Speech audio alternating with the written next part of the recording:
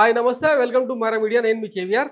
రాష్ట్ర ప్రజలకు, పిల్లల తల్లులకు, స్కూల్‌కు, కాలేజీలకు పంపిస్తున్న తల్లులకు తల్లికి వందనం ఇవన్నీ ఇచ్చేదానికి డబ్బులు లేవు గానీ, బీద ఏడుస్తూ ప్రకటనలు చేసేదానికి మనకు మనసొప్పుతది గానీ, అంటే సూపర్ 6 హామీలు అమలు చేయడానికి రాష్ట్రంలో ఆర్థిక వ్యవస్థ సహకరిస్తలేదు. కేంద్రం నుంచి వచ్చే పెట్టుబడులు, తర్వాత ఇతర రూపాల్లో వస్తున్న ఇన్సెంటివ్స్ అన్నీ కూడా వేరే వేరే ప్రయోజనాల కోసం వాడుతా ఉన్నాం.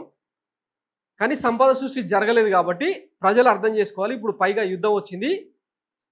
ఇక భారీగా దోపిడీకి, పన్నులకు, ఇతర వాటికి కూడా సిద్ధమైపోవాలి. ఆంధ్ర ప్రజలు అంత అవివేకులు కాదు, అర్థం చేసుకుంటారు అని చెప్పి ఈ కూటమి సర్కార్ నేతల ఒపీనియన్ అనమాట.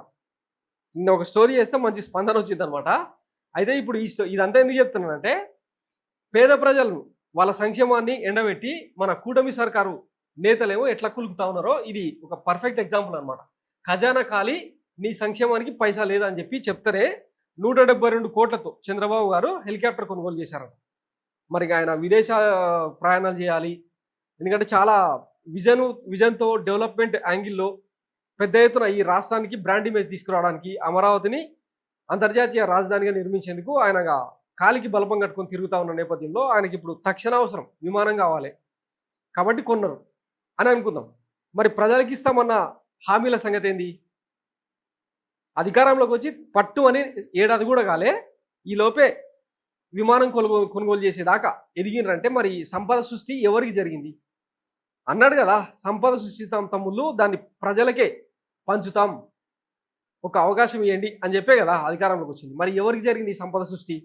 అంటే ఈ లెక్కర్ సిండికేట్లు, మద్యం సిండికేట్లు, ఇసుక మాఫియా, రేషన్ బియ్యం దొంగ అక్రమ రవాణా, వీటన్నిటినీ ఇష్టానికి కూటమి నేతలకు హ్యాండ్ ఓవర్ చేసిన నేపథ్యంలో ఇక వాళ్ళ నుంచి వచ్చిన భారీగా కిక్ బ్యాక్స్తో ఇవి కొనుక్కున్నారని అర్థం చేసుకోవాలా?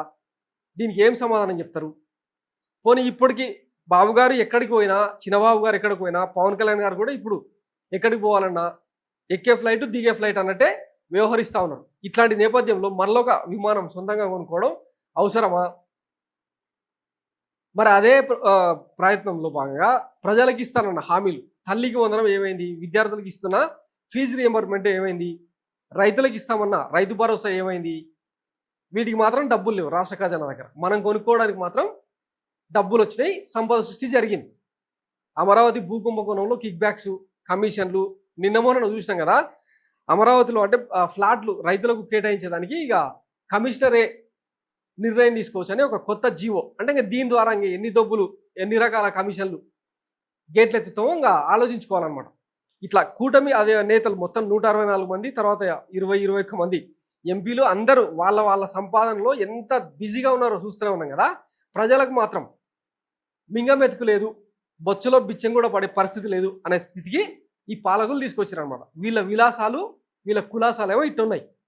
సో ఇంకా ఎవరికి ఓటేసినాం, ఇంత పెద్ద ఎత్తున మ్యాండేట్ ఇచ్చి ఎవరికి మనం సంపద సృష్టించి పెట్టినాం అనేది ఇంకా ప్రజలే ఆలోచించుకోవాలి. Thanks for watching Mara media. నేను మీ కేవీఆర్. Thank you.